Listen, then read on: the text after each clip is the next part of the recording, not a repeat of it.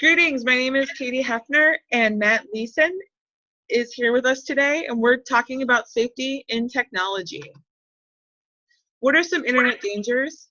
Some internet dangers include cyberbullying, children watching age-inappropriate material, creating damaged reputations online, and also the threat of sexual predators.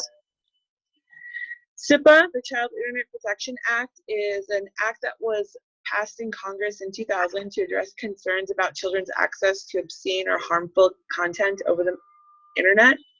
CIPA imposes certain requirements on schools or libraries that receive discounts for internet access or internal connections through an E-rate program.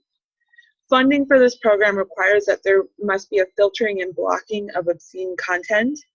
There's monitoring of online behaviors, and there's education about appropriate use of technology. Worms and viruses. Worms are standalone software that enter the computer through a weakness in the security of a network. Like viruses, they can replicate themselves and cause havoc. A virus is a type of malware that can corrupt or delete data from your hard drive. Viruses spread through such information like e-cards, pictures, emails, and other ways of communication. Filtering and blocking software. It's a system that prevents access to websites based on phrases or keywords that are used on that site. Filtering software gives school administrators, media specialists, and other adults the capability of certain sites being not viewed and allowing and disallowing certain phrases or catchwords to be blocked. So now I'm going to go ahead and hand it on over to Matt. Awesome. Thanks, Katie. So what can be done to guard against some of these hazards that Katie just talked about? Applying regular security updates, keep antivirus and anti-spyware up to date is very important. The use of a firewall. And it could be as simple as asking questions to your tech people. If something happens or comes up that you're unaware about and you want to find out more about, asking them questions is a great idea. By applying regular security updates and installing them to your computers, the majority of worms are unable to spread. Antivirus and anti-spyware are helpful but must be kept up to date. That's extremely important. And the use of a firewall is also recommended because it controls the incoming and outgoing traffic based on the applied rule set.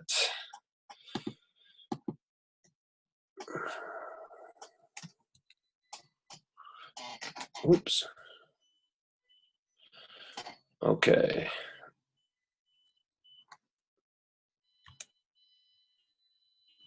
All right. What is filtering and blocking software? I know Katie talked about it briefly, and then I just like to reiterate some important parts. It helps parents and schools protect the children. It allows certain access into websites. And like Katie said, it does completely block harmful websites as well. And it can also keep spam out of your email. I think it's very important because it does help protect the students from accidentally coming across certain websites. I know the internet is full of extremely dangerous stuff, and a lot of times students will come across things without even trying to. And so that is why the filtering and blocking software is important to have in schools. When should it be used in schools? Filters, like I said, are used to protect the students, teachers, and the school itself. It can also help keep the students on task so they're not able to log on to certain sites to play games, or social media sites are sometimes filtered. And like we've said throughout this presentation, it does keep students off inappropriate material. And then from one of our sources that we have, I got a quick example. This is hypothetically speaking. A couple of young men managed to get on the internet on a computer that's in a library. They stumble upon an inappropriate website. This library does not have filtering, so they're able to access this inappropriate website. They go through some pictures and some stuff pops up. They leave the computer, and then let's say, for example, a young student comes up trying to search the computer for something else and is introduced to this inappropriate website. That's why I believe it's important to have this, so those first students couldn't even get on the website and come across that inappropriate material. Are there times when filtering can negatively impact learning? I do think there is times that some filtering and blocking sites actually do limit students from learning. A lot of times students when they have the freedom to surf the internet, that's one of the best ways to learn, is when they can just kind of play around with the internet. And a lot of times if something's filtered or blocked, they don't have access to that. Sometimes it actually does interfere with research. I know, for example, if you're doing a research topic on drugs or any topics that are kind of controversial, they will actually be blocked because they'll be viewed as harmful or inappropriate.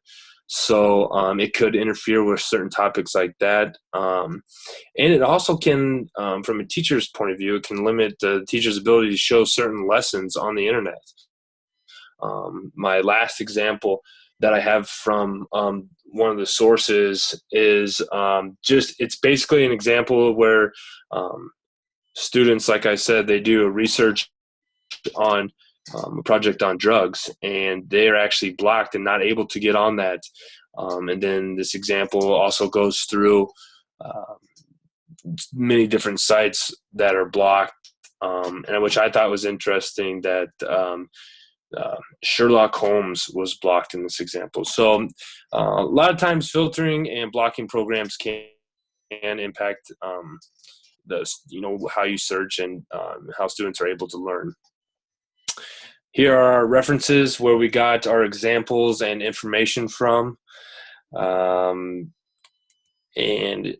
we appreciate you listening to our presentation today, and I hope you enjoyed it. Anything else, Katie?